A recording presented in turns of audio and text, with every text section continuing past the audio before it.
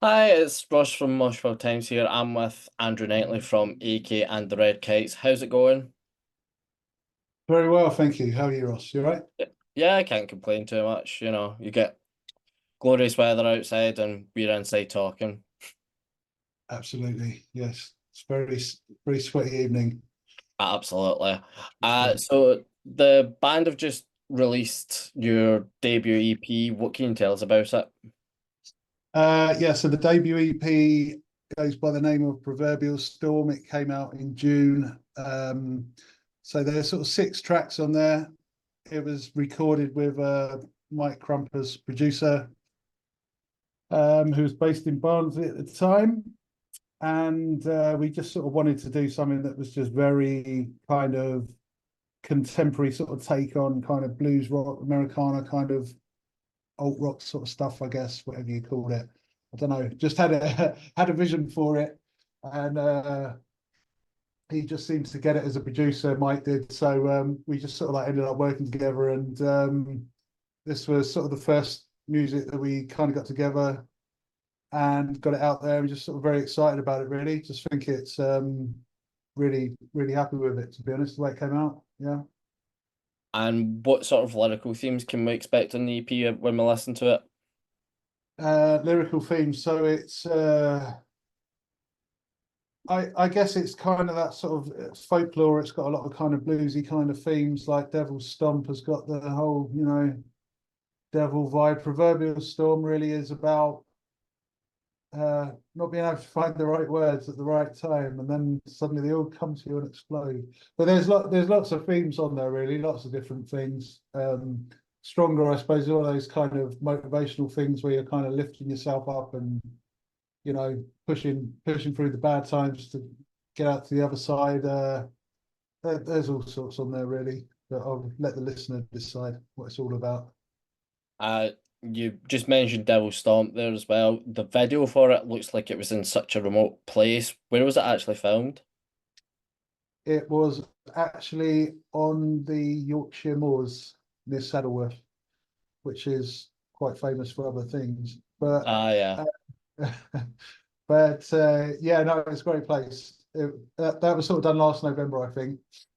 We got extremely lucky with the weather that day because like November on the Yorkshire Moors, you don't expect it to be like bright sunshine and stuff, but there we were, and the sun was out for most of the day. So yeah, no, fantastic location. Looks really good. Get that big panoramic kind of thing looking over the hills and moors. No, it's great. Yeah, really good.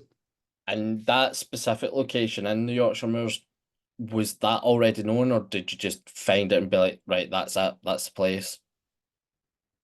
It was actually it came back to sort of Mike producer because he was up in Barnsley and him and the God, this is terrible because I forgot his name now. But the guy that did the video, I'm sorry, it will come back to me in a minute. Who like sort of directed the video. Um, they sort of chose it basically. So we just kind of went up there, and then I didn't realise it was anything to do with the Moors murders or anything like that. So I got Yeah. there. But yeah, apparently it wasn't far from there. But yeah, I personally didn't choose it. Yeah. What about the Red Kites part of the band name? Where does that come from?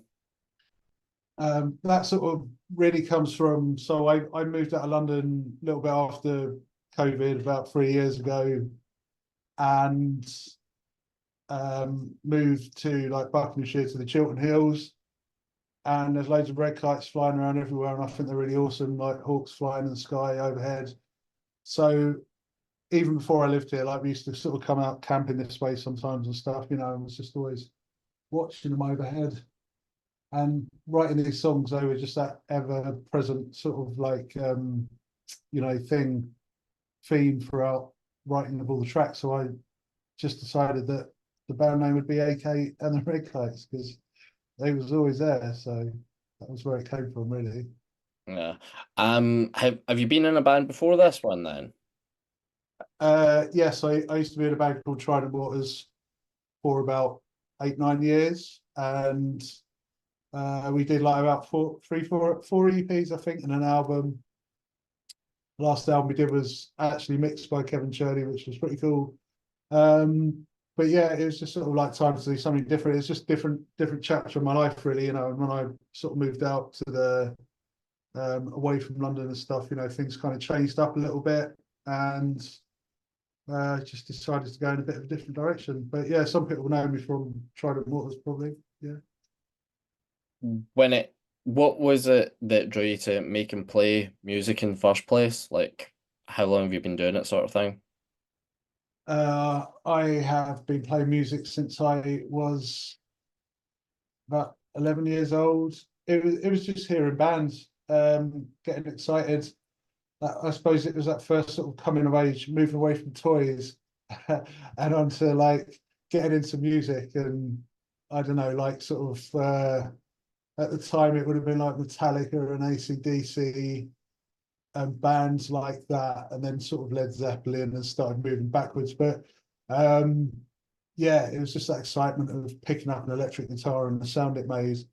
So I was pretty young at the time, and I say they, like my family, they all said, give it 6 months, he'll be put it down and forgot about it, and that never happened. So um, yeah, it was a good decision, I think, because Yeah, it certainly seems it. I was pretty young. I, so when it comes to writing songs, what comes first, lyrics or music?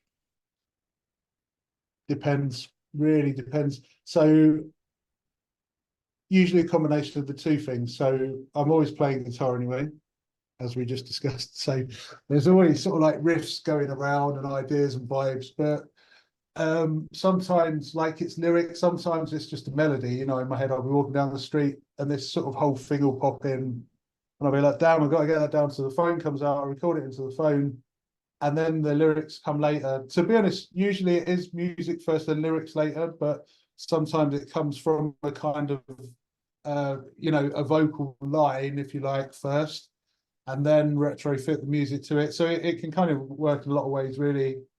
Kind of depends. Um, you know, or it can be the other way, just you just play something on guitar like badass riff and go, yeah, that's Mhm. wicked. How's the rest of it go? And then you kind of like start working it out like that. So yeah, just Yeah. depends really. Yeah. And to go back to talking about Mike Crumpus, what was it actually like to work with him, and how did you get to work with him in the first place? So initially I was actually just introduced um to him by like sort of somebody like a mutual acquaintance. And when I was like looking for a producer, and I spoke to two or three people, and we just sort of really had a chat. And then, you know, it's quite clear that his sort of ideas, having heard like my old band and how it sounded and where I wanted to go, that we had a sort of alignment of like the kind of, you know, the the way forwards for the songs that I was doing at the time. So um yeah, we just started working together. But in terms of the actual working together, so it was just a really smooth process. So I thought he was going to tear my stuff apart a lot more than he did, to be honest. Like, because I sort of asked him to, you know, it's like be brutally honest with me, because obviously he's like a multi-platinum songwriter and everything else. And you know, I was like, you know, if you think anything's shit, then just let me know.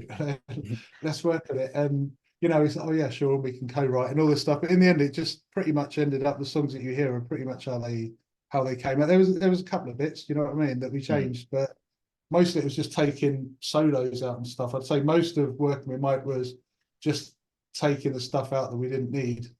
You know, so like a lot of solos went additional verses or choruses. We just like locked a lot of it off. So a lot of the tracks are 3 minutes and under. So that was his main imprint, I think, was the taking a lot of stuff out. Like, yeah. Who's been your favorite band to tour with, and who would you like to tour with in the future? Um, I haven't really toured with many other bands, to be honest. Not sort of long tours, like sort of the guys from Sons of Liberty, we've done a few bits with them. We've tried at Waters tour with them, and they're lovely guys, always nice to tour with.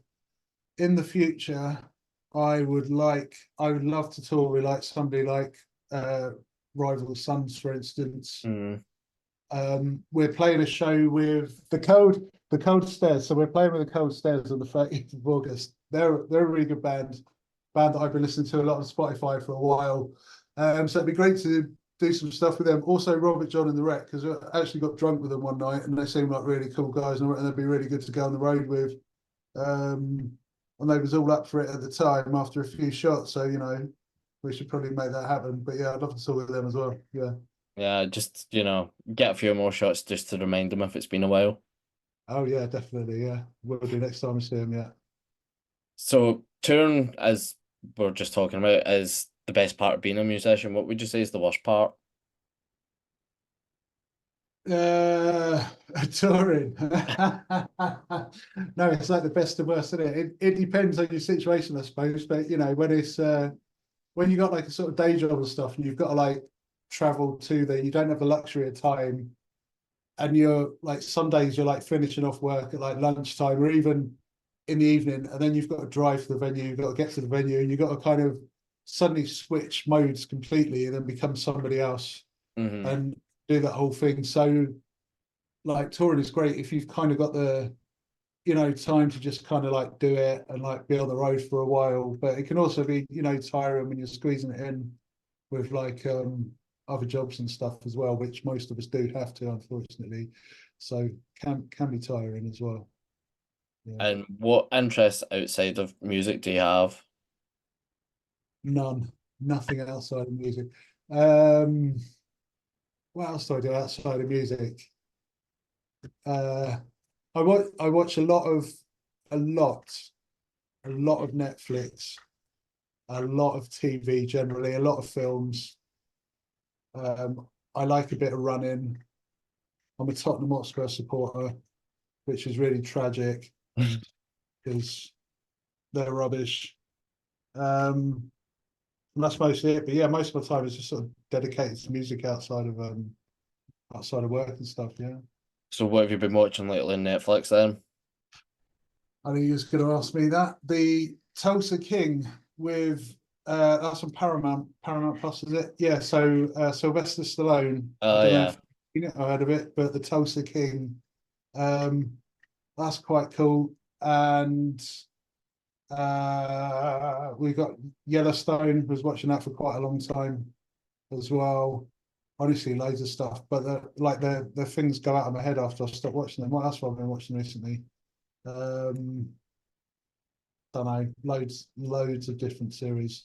Yeah, no Yeah, way. I usually forget their names. I don't know about you. After I've seen them, they kind of like go to one side and it's like, right, next thing, next. Yeah, yeah. It's like, oh, that looks good, and then it's like, oh, you've already watched this. Like, all Yeah, right, okay. yeah, that's the other one. Then you're like, hold on, I've already seen this. I'm pretty sure we've seen this. Like, yeah, Yeah. no, what's this one? On to the next one. Yeah, I've nearly completed Netflix, I think. So, yeah. So finally, what's next for the band? So next for the band, we've got lots of exciting stuff coming up. We've only got a couple of gigs booked in at the moment officially. So we've got the one with the Cold Stairs on August the 30th. And we've got September the 17th is our EP launch party actually is coming up. Then it's on a Tuesday night, but there's going to be kind of hopefully a lot of sort of industry and press there. But hoping there'll be a lot of people generally going to come out and support us. So we got that, and then we're looking at sort of some dates for later in the year. Still, there's nothing official yet, and then probably moving on to releasing some more new music after that, I would think. Yeah, sounds very busy then. Oh yeah. Sorry, you died there for a second. Oh, oh, Yeah, pretty busy. Yeah, we got a lot going on. We're actually doing a video on Sunday as well for Stronger, which will be like the third single from the EP. So we got that going on as well. Is a busy time. Is a busy time. It's always a busy time, but it's good to be busy. Because if you're not busy, then what would you be? Bored. yeah, So yeah, that's true. yeah, Well, it's been great to chat to you, Andrew. Hopefully, we can do it again sometime or catch you at a show or yeah, something. absolutely, definitely, Ross. Yeah. Been a pleasure. Thank you very much. Same. Cheers. Bye. Cool. All right. Cheers, mate. Bye. Bye.